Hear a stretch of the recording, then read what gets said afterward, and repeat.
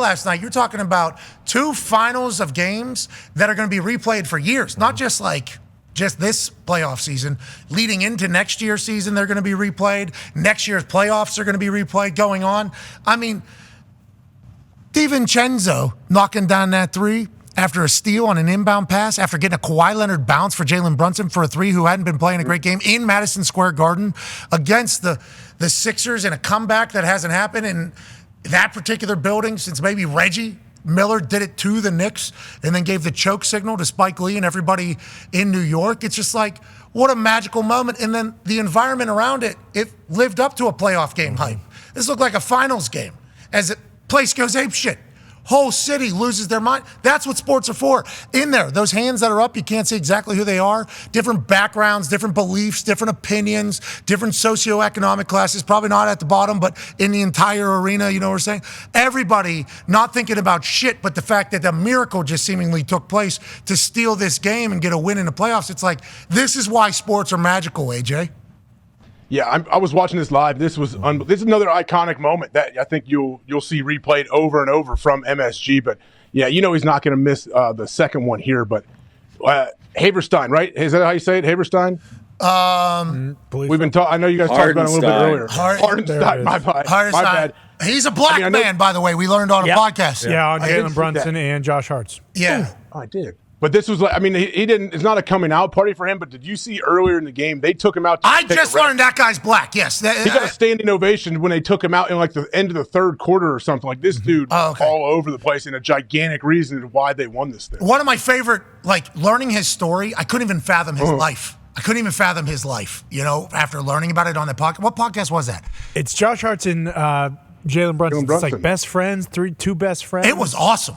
Listening to him talk, it was an incredible moment. And then you see him just take over a game. Yeah. It is, I don't want to say you're right coming out. I don't want to be disrespectful to anybody, but he's like a cult hero there now, I feel like. I just learned of him very recently. I am a massive fan of everything about him. That Knicks team, though, people have been talking about them being good for a long time. Big Perk has been talking about them. Knicks fans have been talking about them may be able to do that. They do that. How about, Mike Greenberg a couple weeks ago said that the Los Angeles Lakers should have rested their starters so that they lose to the Pelicans. So the Pelicans, in turn, would then take on, this Nuggets team, and then the Lakers would take on OKC, you see. So the Nuggets have been the Los Angeles Lakers' Achilles heel, because Joker and Malone and Murray are just so mean to LeBron and AD and the Lakers. They even have people chanting that they're the Lakers' daddy. So Mike Greenberg said, you need to not sign up for that in the first round. And I think Greenberg's maybe saying that because he would like LeBron James to continue in the playoffs.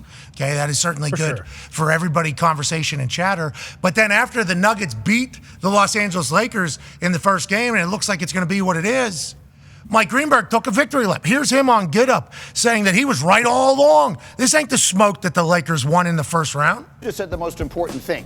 Nikola Jokic will get him in foul trouble. It's a bad matchup for him. It's a bad matchup for them. Give me a matchup then. What matchup is better? You know what's better? Oklahoma City would have been better for the Lakers. Alan and I were right. You can say whatever you want. If the Lakers had lost that game on Tuesday night in the play-in, they would have then played Sacramento, who, oh, by the way, lost to a Zion-less Pelicans team, and so now the Lakers would be playing Oklahoma City. So everyone who made fun of us, primarily me, but you too, for saying that they should have lost, and the coach can say whatever they want. At the end of the day, the Lakers have they're not beating Denver. If they win a game, it will be success. Okay. Hey, Greeny, I like where your head's at. I think what a lot of other people are saying is you're rolling the dice a lot on a Sacramento win for the Lakers if you just rest on the first night and then go ahead and take that on. It's literally just a one-game play-in as opposed to what, the Pelicans lost and then they win in there. So you're rolling the dice because if they rest and then they lose, obviously it's... So is that a smart decision or not? But nonetheless, this Nuggets team, if they're going to be down 20, come back and win, and then have these type of fadeaways hit in Anthony Davis's eyeball to win the entire game, I mean, it's like, here we go. Fourth quarter, obviously electrifying. LeBron James had a phenomenal evening. Blocked Jamal Murray on a dunk. He would then happen to miss a three-point opportunity when the game was tied 99-99. A lot of people just pointing to that, but refusing to point out the rest of the game that LeBron James had, which was phenomenal. The Nuggets are the reigning champs for a reason. Jamal Murray in the playoffs has seemingly just been able to find a bucket better than almost anybody else in the league. And with this fadeaway, in AD's eye to win it in Denver. I know Peyton Manning was in the crowd. Stokely was in the crowd. I think there was a bunch of people. They described that as like they just won the championship again. And this is the reigning champs. There's so many different angles of this. My favorite might be the photo that the Denver Nuggets posted on their social media. It's like 8K, and you can zoom in on all the audience members' face, and everybody is tuned in to the shot. What a moment, what a night. Great for the NBA to not only have the Knicks, but this one from the reigning champs with a little moment of magic, AJ.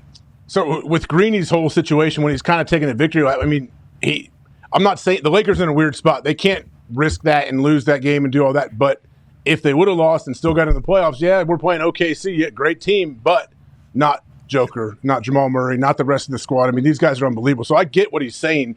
They were just in a weird spot where you can't really drop a game there. Exactly, and that's what a lot of people are saying, and Greeny was defiant, and you said, is his finger all right? That's a page turner. Yeah. Mm-hmm. Yeah. Oh, okay, because he always kind of has that finger condom on there. Yeah, first time I sat down with him at the table, I looked down at his hand, I was like, this guy's got exactly there's a condom on this guy's finger. Yep.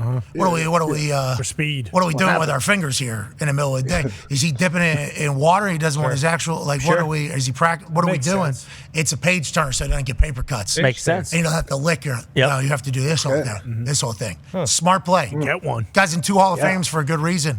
This photo, though, I don't know who the photographer was. I just saw that the Nuggets tweeted it out. It's in like 45K. You can zoom in on each individual person's face. Man. And it's like, what a memory of this is going to be a lot poster. of people actually watch it. A lot of people actually watching the game. Like, that's awesome. Look at the guy crouched down like he's a coach. Yeah. Right there in the middle. And then you go to like there's one camera there next to him. You got the professional camera people. Everybody else dialed in, plugged in.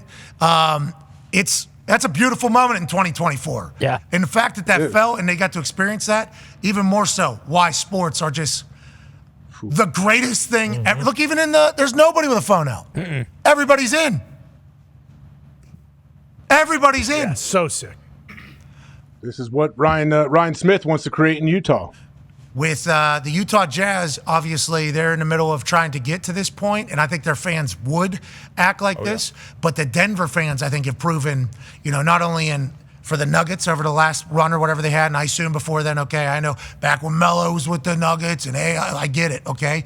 But, like, the Broncos fans are great. Oh, yeah. Like, Denver fans are a great fan base. The Avalanche fans are great fans. It's like, last night was a magical moment. That's what these leagues are dreaming of whenever they get to the playoffs. Yeah, like for the NBA, for the first round to be going the way it is, like obviously the series a lot of them are 2-0 and the favorites are winning. But the fact that they're close, I feel like is a big deal. Like even OKC New Orleans, that came down to the last possession. The amount of times that happens for a 1 and an 8 seed in any game is incredible.